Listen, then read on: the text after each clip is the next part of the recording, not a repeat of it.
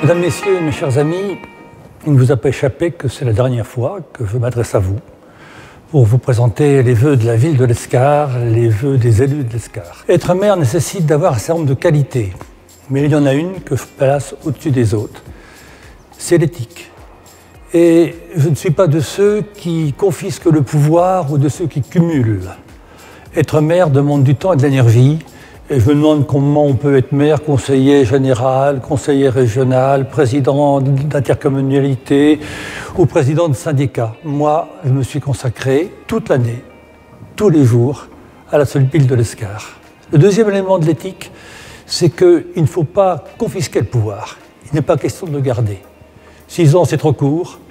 12 ans, c'est bien. Mais au bout de 12 ans, peut-être qu'on peut rentrer dans la répétition, peut-être qu'on peut ne plus avoir d'idées nouvelles, donc c'est normal de laisser la place aux jeunes. J'avais dit que je ferais 2 mandats, je tiens parole, je vous quitte donc, avec regret c'est sûr, mais avec l'idée que nous avons fait un sacré bon boulot ensemble. Il y a bien sûr tout ce qui se voit. Le nouvel hôtel de ville, la rénovation de la cité, la rénovation de la cathédrale, la maison de la cité, Marguerite de Navarre, le nouveau cimetière, le skatepark, la rénovation de la maison de retraite. Et puis il y a tout ce qui se voit moins et qui est tout aussi important. Le conseil municipal des enfants, le comité consultatif des Lescariens, la création du réveillon solidaire ou la mise en place d'un quotient familial pour les familles à faible revenu.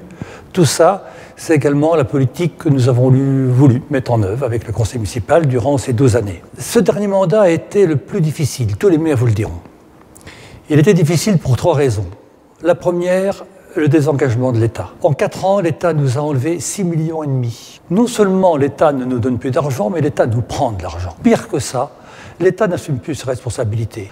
Plus ça va, plus l'État se décharge sur les communes en lui enlevant les recettes nécessaires. La deuxième raison, c'est que la loi NOTRe a envoyé vers l'agglomération un certain nombre des compétences des communes. Et les habitants ne connaissent pas l'agglo. Ils connaissent la mairie, ils connaissent les maires. Et lorsqu'une poubelle est mal ramassée, eh bien on ne va pas voir l'agglo, on va voir le maire.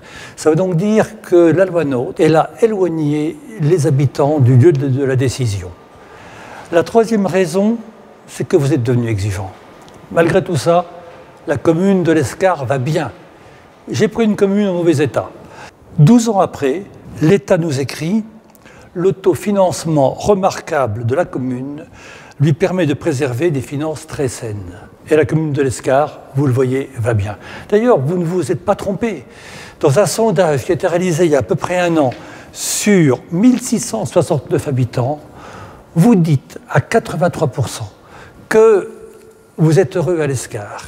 Et nous cochons en majorité toutes les cases qui existent dans ce sondage qui a été fait. Vous classez l'Escar comme la ville la plus aimée de ses habitants en Pyrénées-Atlantiques. Et ça, je vous le dois, nous vous le devons. Vous nous avez fait confiance et je vous en remercie. Vous choisirez demain un nouveau maire ou une nouvelle maire. Votre choix sera le bon. Il est temps pour moi de vous souhaiter une bonne année, de vous souhaiter beaucoup de plaisir, mais plus que du plaisir, de vous souhaiter le bonheur. Et le bonheur, c'est vous qui le fabriquez. C'est vous qui décidez ce qui est important pour vous. Le bonheur, c'est d'être en cohérence entre ce que vous vivez et ce que vous êtes au fond de vous-même. Bonne année, et de là où je serai, je continuerai à travailler pour l'Escar.